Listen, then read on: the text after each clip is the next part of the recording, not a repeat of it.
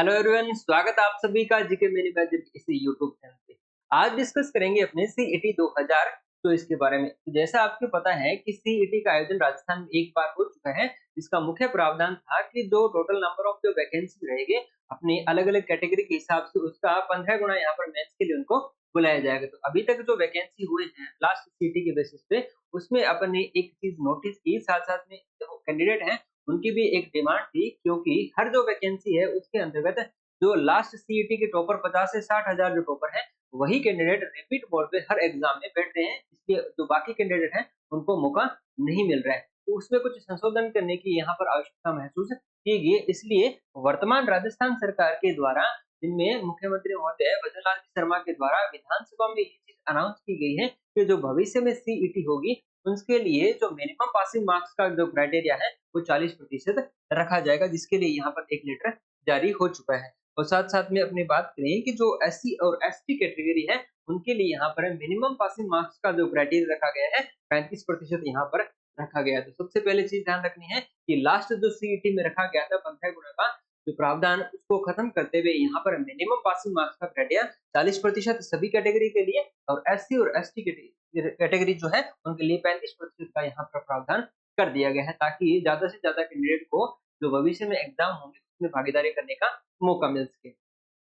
अब सेकंड चीज़ बात करें कि यहाँ पर है जो अपने राजस्थान कर्मचारी चयन बोर्ड के अध्यक्ष महोदय, उनके द्वारा एक ट्वीट है, जो किसी कैंडिडेट के द्वारा एक क्वेश्चन पूछा गया था कि जो वर्तमान सरकार के द्वारा 40% का जो प्रावधान किया गया है, उसके बेसिस पर है जो मेंस जो एग्ज़ाम होगा, उसमें काफ़ी कैंडिडेट होंगे, मोस्ट ऑफ जो कैंडिडेट होंगे, वो वापस उसमें मेंस में आ जाएँगे। तो उसपे एक रिप्लाई किया था कि यहाँ पर उनके द्वारा सजेस्ट किया गया था एक स्टूडेंट के द्वारा, इसमें नेगेटिव मार्किंग का भी प्रावधान रखा जाए, ताकि कुछ उसमें छंटनी हो सके। बेसिकली यहाँ पर सीटी का देखने का जो करवाने का जो उद्देश्य है, वो भी यही है कि जो टोटल नंबर ऑफ जो कैंडिडेट हैं, उनमें से कुछ छंटनी हो सके, ताकि उनको मेंस में बाद में जो कैंडिडेट हैं, जो कैंडिडेट हैं, अच्छी तैयारी करने वाले हैं, उन्हीं को ही प्रॉपर मौका मिल सके। अब उसी के रिप्लाई में जो अध्यक्ष महोदय हैं आलोक राज जी, उनके द्वारा एक ट्वीट उनको रिप्लाई किया गया है कि आपकी बात बिल्कुल सही है, इसलिए बोर्ड ने 2 दिन पहले ही यह निर्णय लिया है कि जो सीटी होगी आगामी, उसके अंतर्गत नेगेटिव मार्किंग का भी प्रावधान किया जाएगा। इसके अलावा जो अपने सचिव महोदय है राजस्थान कर्मचारी चयन बोर्ड के, उनके द्वारा भी ऐसा बोला गया है कि बोर्ड भी नेगेटिव मार्किंग का प्रावधान रखे जाने के पक्ष में है। तो सेकंड चीज़ यहाँ पर देखने को मिल रही है कि जो भविष्य में अपनी सीईटी होगी, उसमें अपने को नेगेटिव मार्किंग भी देखने को मिलेगा, क्योंकि लास्ट जो अपनी सीईटी हुई थी, उसके अंतर्गत नेगेटिव मार्किंग का प्रावधान नहीं था, लेकिन यहाँ पर अपने जो अध्यक्ष महोदय के द्वारा ये चीज़ कन्फर्म करवाई गई है कि जो सीईटी होनी है अभी वर्तमान में, उसमें आपको नेगेटिव मार्किंग का प्रावधान देखने को मिलेगा। लेकिन एक चीज़ यहाँ पर ये भी देखनी है कि जो भी समान जो पात्रताएँ जो परीक्षाएँ होती हैं, राजस्थान में अभी तक उनमें किसी भी प्रकार का नेगेटिव जो मार्क्स है, वो उनको देखने को नहीं मिलता है। पहली बार अपने देख रहे हैं कि किसी समान पात्रता परीक्षा के अंतर्गत जो पात्रता परीक्षा है, उसमें अपने को नेगेटिव मार्किंग का चीज़ देखने को मिल रहा है। तो सेकंड चीज़ यहाँ पर अपन को ध्यान रखनी है, सबसे पहले यहाँ पर मिनिमम पासिंग मार्क्स का क्राइटेरिया रखा गया है 40% है, उसके अलावा यहाँ पर नेगेटिव मार्किंग का भी प्रावधान यहाँ पर बोर्ड के द्वारा कर दिया गया है।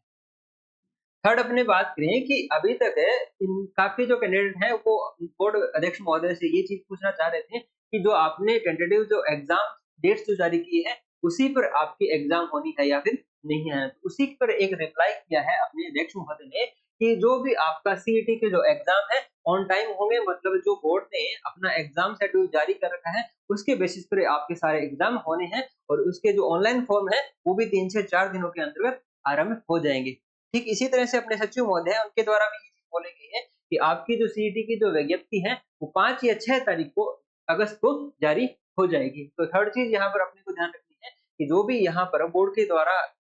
एनुअल कैलेंडर में जारी किया गया है अपना शेड्यूल है, सीईटी ग्रेजुएशन और प्लस 2 लेवल दोनों के एग्ज़ाम्स हैं ऑन टाइम होंगे और उनकी विज्ञप्ति भी अपन को 5 से 6 अगस्त के बीच में देखने को मिल सकती है। ये दोनों चीज़ अपने ऑफ़िशियली जो ट्विटर हैंडल पर देखने को मिल सकती है, वहाँ से भी आप इसको वेरीफ़ाई कर सकते हैं।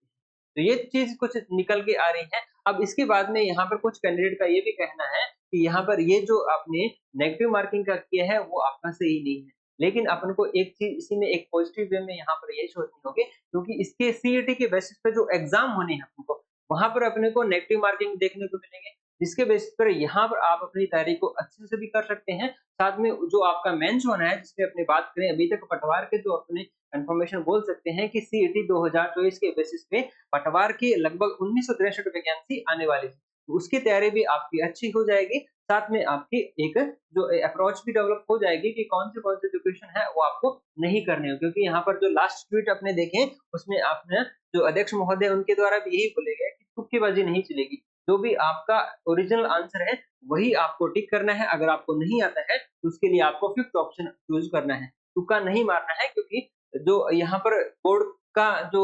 नेगेटिव मार्किंग करने का उद्देश्य भी है कि तुक्के मारने के आधार पर अगर किसी को 40% मिल जाते हैं और वो मेंस में करते हैं, मेंस में भी पहुँच जाते हैं, तो ऐसे कैंडिडेट जो तुक्के मार के पहुँचते हैं उनको उनको इस माध्यम से सीईटी के माध्यम से डिस्क्वालीफाई करना है। एक चीज़ अपने यहाँ पे ये समझ सकते हैं। तो तीनों चीज़ अपने को ध्यान रखनी है कि जो सीईटी होगी उसमें मिनिमम जो क्वालिफिकेशन है आपका 40% रखी गई है, नेगेटिव मार्किंग भी रखी गई है और थर्ड यहाँ पर अपन को जो विज्ञप्ति है अपन को लगभग 5 से 6 तारीख अगस्त के बीच में देखने को मिल सकती है।